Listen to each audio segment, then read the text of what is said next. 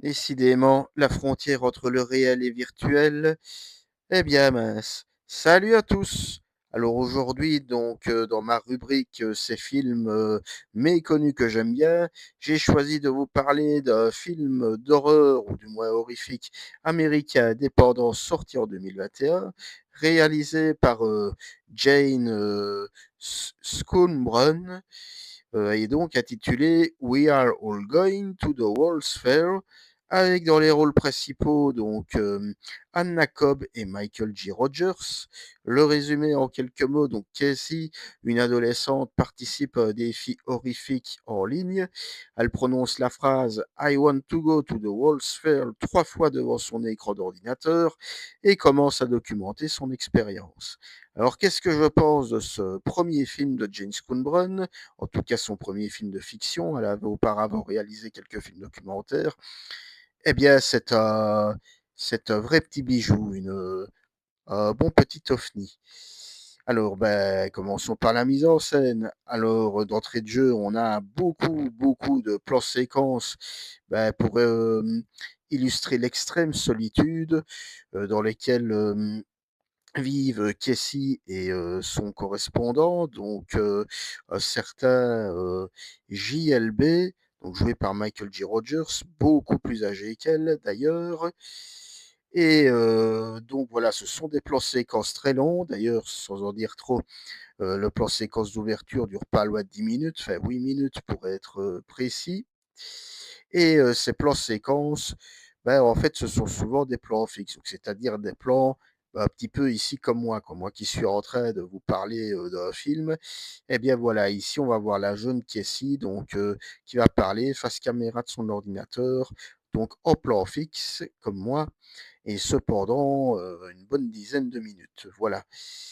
Et en fait, James Coonbrun utilise ce type de procédé tout simplement pour nous dévoiler les deux personnages devant leur écran, ce qui résume assez bien leur quotidien, hein. D'ailleurs, enfin, le réalisateur ou la réalisatrice, vous me pardonnerez, mais James Coonbrun est une personne transgenre.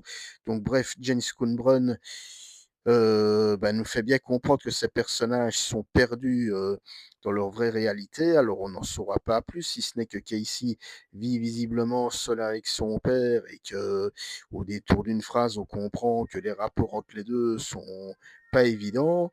Et du côté de JLB, on voit qu'il vit dans une grande maison, hein, une grande et belle villa, on pourrait même dire qu'il a visiblement une épouse, mais c'est ce qu'on va découvrir, hein, je veux dire, dans un très beau plan. On va voir JLB, donc assis tout seul sur son canapé, et on va voir en profondeur de champ sa femme débarquer avec les sacs de course. Voilà.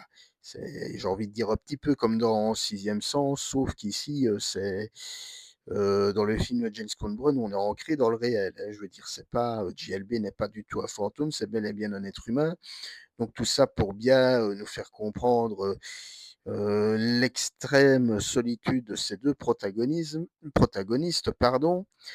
Alors on a également le surcadrage des écrans, ça je trouve que c'est une très bonne idée, où en fait Schoonbrun va s'inspirer du design des vidéos YouTube ou TikTok qui vont servir de surcadrage littéralement, hein, qui vont même jusqu'à aller prendre l'écran de cinéma ou de télévision, hein, selon la plateforme sur laquelle vous regardez ce film, pour justement englouer ces personnages et mieux encore pour brouiller les pistes entre réel, enfin entre réalité et virtuel. On a également des plans vides, hein, comme je le disais, avec des profondeurs de champ, comme la scène que j'ai évoquée avec JLB. Donc voilà, donc James Coonbrun, pour son premier film qui est totalement indépendant, hein, je veux dire, qui a peut-être coûté, je pense qu'il a même coûté moins d'1 million de dollars, donc on est vraiment dans du cinéma à tout petit budget. Eh bien, on sent qu'elle fait partie donc de ces réalisateurs qui veulent raconter une histoire avant tout par la mise en scène et non pas par le verbal. Et ça, c'est pour moi déjà quelque chose que je trouve toujours bien. Voilà. Si avoir un bon scénario, c'est très bien, encore faut-il aussi qu'on ait une bonne mise en scène. pour, bien illustrer tout cela. Je passe maintenant au scénario. Alors le scénario, bah, pose la question de l'impact des écrans dans nos vies, qui plus est, bon, le film a été tourné en 2021, donc c'est encore, relativement récent, on était déjà en plein dedans et donc James Coonbrun, bah, nous montre comment l'écran, ou en tout cas la réalité virtuelle, si je puis dire, hein, avec ses jeux de rôle en ligne, et cetera.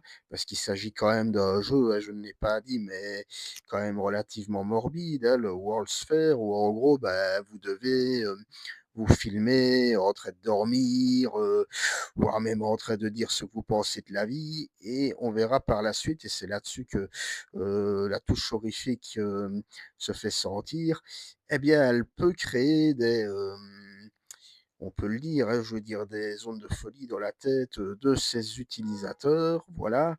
On va d'ailleurs assister à un comportement de plus en plus étrange de la part de Casey et donc voilà, donc dans son scénario, James Coonbrun, nous montre, que le virtuel, peut servir de refuge à des personnes, extrêmement solitaires, mais qu'à très long terme, ça peut faire naître, comme je le disais, des comportements étranges, voire même des dénis de réalité.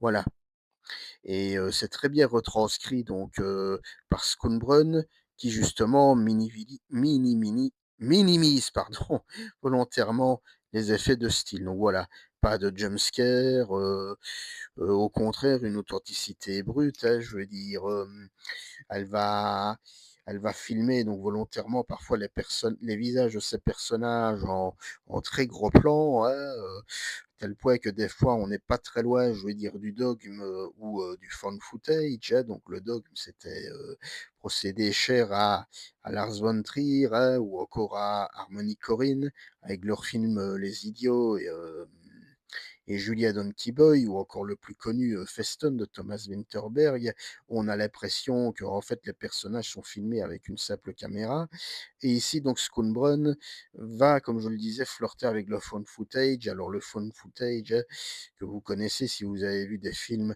assez connus du genre comme, Cloverfield ou, hem bref, le 1er film de Josh Trank, Chronicles, voilà, le nom m'échappait complètement, pour justement donc filmer, le comportement de plus en plus erratique de ses protagonistes au point que, elle réussit son coup parce qu'il y a des moments qui sont clairement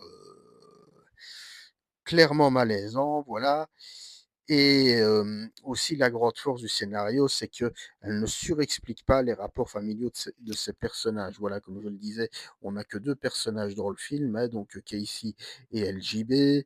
Heu, voilà, par l'intermédiaire d'un plan, on constate que leurs rapports avec leurs proches sont très compliqués, voilà, pas la peine d'en dire plus et ça permet, je veux dire, de se focaliser avant tout sur leurs relations, virtuelles, d'autant plus et ça je trouve que c'est fait de manière très pertinente, James Coburn, je veux dire, fait naître de l'ambiguïté autour du personnage de LJB, hein, cet adulte d'un certain âge, une bonne quarantaine d'années, voire même un peu plus, qui communique avec Casey, qui est encore une adolescente. Alors on se dit, est-ce que cet homme est vraiment, aussi bien qu'il prétend l'être ou est-ce que c'est un prédateur en ligne, hein? Donc voilà, un personnage gris, hein, comme on aime à le dire.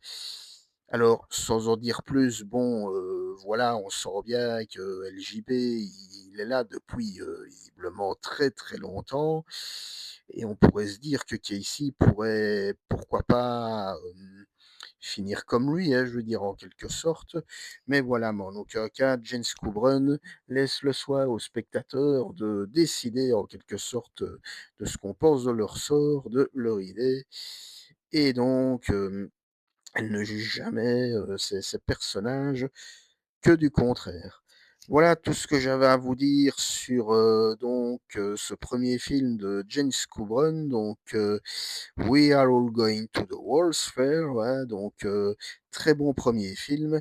James Coburn dont on va entendre beaucoup parler, dans le courant de l'année, bah, tout simplement parce qu'elle vient d'obtenir la Queer Palm pour son dernier film, intitulé, Teenage Sex, Teenage, and Death, donc attendez, je vais vous retrouver le titre exact, ce sera plus simple. Donc, voilà, pour son prochain film Teenage Sex and Death at Camp Miasma, qui vient d'obtenir la Queer Palm au Festival de Cannes de cette année et qui, paraît-il, est vraiment de très grande qualité, ce qui ne m'étonne pas. Et donc voilà, donc n'hésitez pas à me dire si vous avez vu ce film, hein, c'est tout à fait possible, ce que vous en pensez, si ça vous tente. En tout cas, voilà, donc un petit bijou de cinéma horrifique, comme quoi on n'a pas besoin d'avoir forcément des gros budgets, des jumpscares ou des hectolitres de sang pour effrayer ou mettre mal à l'aise. Voilà, bah, d'ici là, je vous souhaite un bon long week-end, et nous, bah, on se retrouvera très bientôt pour de prochaines vidéos. Salut, ciao.